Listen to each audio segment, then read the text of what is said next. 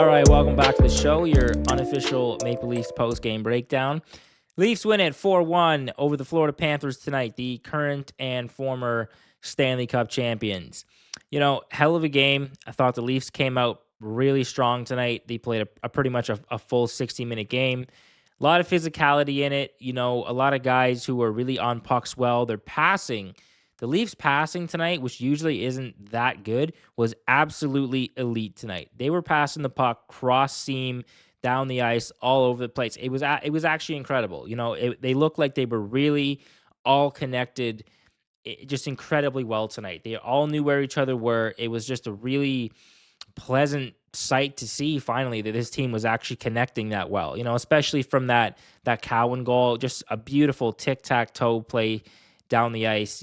Great for Cowan in the right spot. It just honestly, this team looked really connected and really focused to just at least win this game, a statement game, a measuring stick game over the Florida Panthers tonight. I just couldn't be happier, honestly. There are some negatives, though, that I want to get into real quick. One thing that really bothers me about this team that I just can't get over is Scott Lawton gets absolutely drilled from behind in the numbers, and somehow it's not a penalty. I have absolutely no idea how that's a non-call. The ref is looking right at it. Besides that, there's a couple guys standing around him after that play, and not a single Maple Leaf looks to do anything, make any sort of physical play. They all look kind of stunned by it. But this is the problem with this team is that, when a hit like that happens, it's a dirty play, especially when it's a non-call. Somebody's got to stand up there. Somebody's got to punch somebody in the face, give somebody a face swat, just something, take a whack at somebody. Scott Lawton is supposed to be one of your glue guys, one of the most, respected and hype mans in the locker room, apparently, that all of these guys supposedly love so much. Not a person anywhere near him does anything. Nobody had any sort of response to that whatsoever, and that's ridiculous. We want accountability. We want somebody on this team to stand up and say, no, you're not going to do that to our guys. If that was one of the Florida Panthers, that team would have probably mobbed the bench. Like, it's just, I don't understand how, in a great game like this, when they're leading 3-0, at that point, you can just stand there and go, it's whatever. Fine, we'll beat him on the scoreboard. Well, yeah, you are beating him on the scoreboard. So you know what? I want to see somebody get punched in the face, or at least some sort of response to show me that you care about your player. So that's one thing that I didn't like tonight at all. I think they need to improve that a lot in terms of just sticking together. Like, fine, they beat him, but show a little appreciation for your teammates here. It's kind of tough to watch at points. There was some physical play at the end there, a couple big hits. McMahon drilled a guy into the boards at the end of the game there, which was nice, but by that point it's too late. I got to see somebody with some real fire do something right afterwards. To hell with the score. So whatever, I guess, but it's just that's something that if they're going to succeed, they got to be a little more close together. Even when something like that happens with the goaltender, they don't seem to respond as well as they really need to. So one thing I wasn't happy about tonight. Robertson, too. Robertson had an outstanding game. He's put a string of games together recently that have just been fantastic. Tonight he was battling for pucks harder than anyone on that ice. He was laying the body. He was actually getting physical, too. Like, he's not that big of a guy, but he was knocking guys down tonight. He was really impressive with his play. His shots lately, too, they've just been absolutely power shots towards the net. Super dangerous every time. So, I mean, we'll see how long it lasts, but I think that he's got some real development here. He's actually showed a big improvement in his game over the last month or so, at least, for a guy that was up and down the lineup so many times and requested a trade at one point and kind of just got stuck here, I guess. Seems to kind of bought into this whole thing. So I love it. It's actually nice to see that from a guy for once. Leafs penalty kill tonight was outstanding. It's usually been pretty good over the last little while, but tonight they seem to really be physical with it. They really seem to basically just line up on the blue line, which can work in your favor, but it can also harm you too. But yeah, they barely even got in the zone tonight. When they did, they checked them well, got the puck out really well. Like I was impressed by it because even like Marchand didn't come out there for the end. I guess that hit kind of tweaked something for him, but even without Marchand, their power play is pretty deadly. So having them stand up that well and actually just nullify it was pretty impressive tonight. I must say. Yeah, the Leafs power play was pretty good tonight too. A lot of chances, not as successful as it usually is, but like the power play it looked a lot better than it's looked in the last little while.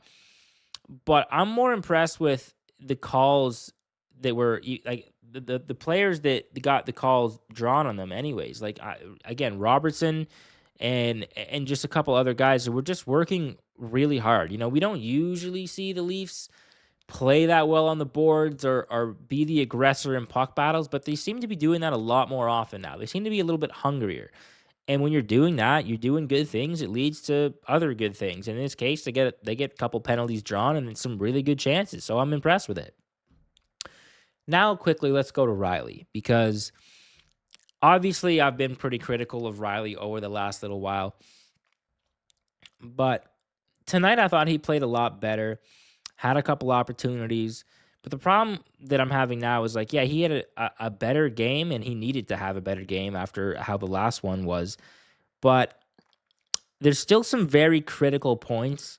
Like it's one of those things where like you can do 90% of the things right, but if the 10% of the things that you do wrong are in just horrible times that kind of cost you, the bad outweighs the good kind of. In a night like this, there was a couple moments where Riley just fumbled a couple pucks, especially on that rush with Matthews where he got the puck. Matthews was at the net, and all he had to do was just take that pass and fire it, and he just completely bobbles it and ruins that chance. And it's just, you're not going to get many chances like that in a game, whether it's, anybody. And that was a beautiful chance to get something on net for a real good scoring chance, and he just fumbles it. A couple other plays that kind of collided into some guys, and he just, whiffed on some plays. It looked like he was just trying a little too hard tonight.